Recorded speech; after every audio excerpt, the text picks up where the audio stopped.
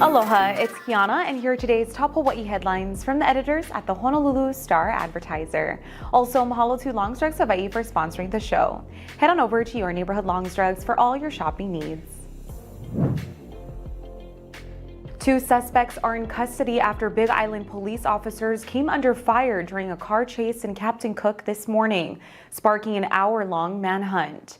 Kona patrol officers tried to stop a 2013 BMW on Mamalahoa Highway and Rabbit Hill Road Street after 4 this morning. Police said the car was previously used in 2 burglaries, and officers believed it was being operated by 27-year-old Dylan Alkane of Kailua Kona. During the ensuing pursuit, a suspect in the BMW shot at officers using a rifle, striking 2 police cars. No officers were injured in the altercation, though police ended the chase and allowed the BMW to flee toward Ka'u.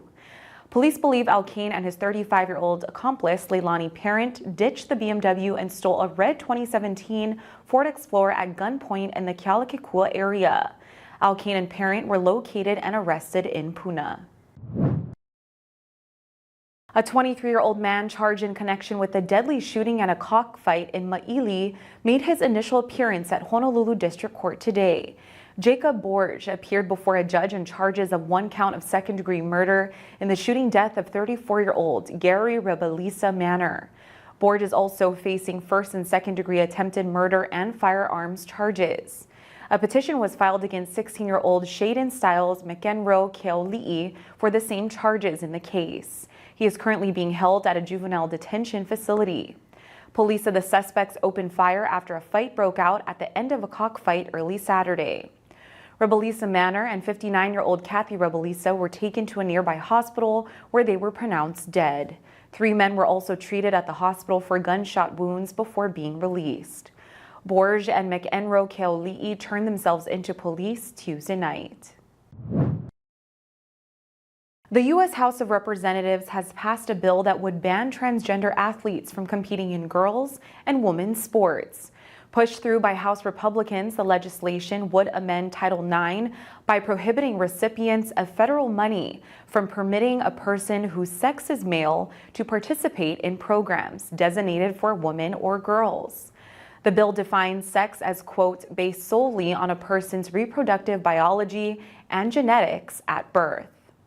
Supporters of the bill framed the vote as supporting female athletes who are at a disadvantage when they compete against people whose gender identity does not match their sex assigned at birth.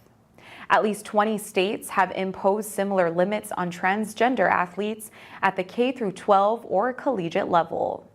The House bill is unlikely to advance in the Democrat-led Senate, and the White House said President Joe Biden would veto it should it come across his desk.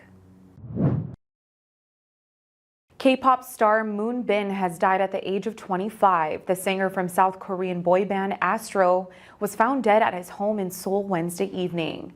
His manager reportedly made the discovery after visiting the singer's home because he wasn't responding to contacts. Police are investigating the death but have not found signs of foul play. Moonbin debuted in 2016 with the 6-member boy band Astro, which was launched shortly after the singers appeared in a reality TV show. The group quickly found success in South Korea and Japan and was listed on Billboard's top 10 list of new K-pop groups that year. Moonbin also performed as a member of the duo Moonbin and Sanha. His management agency said a funeral will be held as quietly as possible at the wishes of his relatives. SpaceX's new rocket Starship exploded just minutes after blasting off on its first test flight today.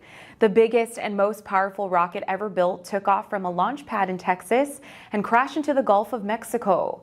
The company was aiming to send Starship on a round-the-world trip, but it exploded before separating from its 33-engine booster. The nearly 400-foot spacecraft wasn't carrying people or satellites. Despite the short flight, Starship's launch was heralded as a huge achievement. SpaceX intends to use Starship to send people and cargo to the moon and eventually Mars.